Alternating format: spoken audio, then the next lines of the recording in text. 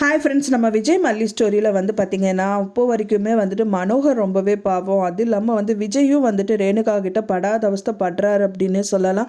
So இதை பார்க்குற மல்லி ரொம்பவே துடிச்சு போயிடுறாங்க. ஏன்னா வந்து பார்த்திங்கன்னா விஜய்க்கு நேர்ந்தது அந்த மாதிரி அப்படின்னு சொல்லலாம். விஜய் வந்து பார்த்திங்க அப்படின்னா ரேணுகாக்காக வந்து பார்த்திங்கன்னா ஜூஸ் போட்டு எடுத்துகிட்டு போகிறாங்க. போகிறது மட்டும் இல்லாமல் அந்த டோரை திறக்கும் போது ரேணுகா வந்து அந்த டோரை க்ளோஸ் பண்ணிடுறாங்க. ஸோ அதை பார்த்தோன்னே வந்துட்டு கை அப்படியே ஸ்லிப் ஆகி கையை வந்து இடிச்சிடுறாங்க அப்படின்னே சொல்லலாம்.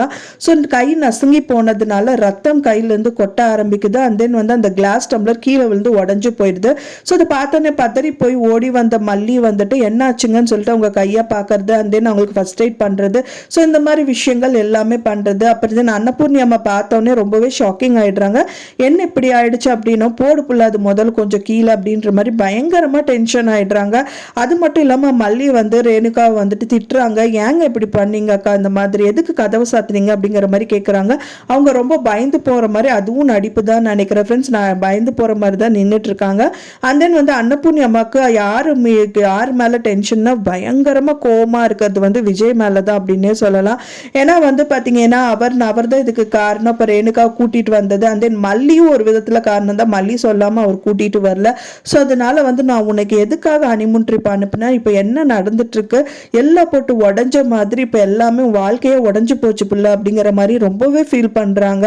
ஸோ இதுக்கு என்னதான் சொல்யூஷன் அப்படின்னு வந்து பார்த்தீங்க அப்படின்னா கூடி விரைவிலே வந்துட்டு கண்டிப்பாக அவங்களுக்கு குழந்தை வந்தால் இப்போ இந்த சூழ்நிலை எல்லாமே மாறக்கு நிறையவே பாசிபிலிட்டிஸ் இருக்குது.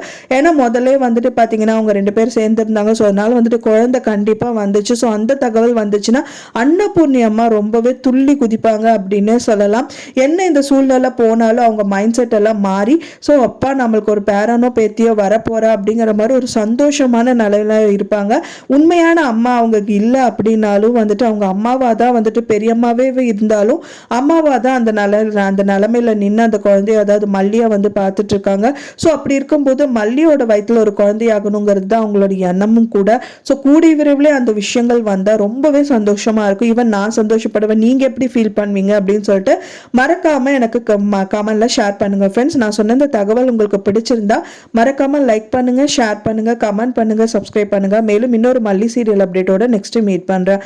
தேங்க்ஸ் ஃபார் வாட்சிங் மை வீடியோ ஃப்ரெண்ட்ஸ். நெக்ஸ்ட் வீடியோல பார்க்கலாம்.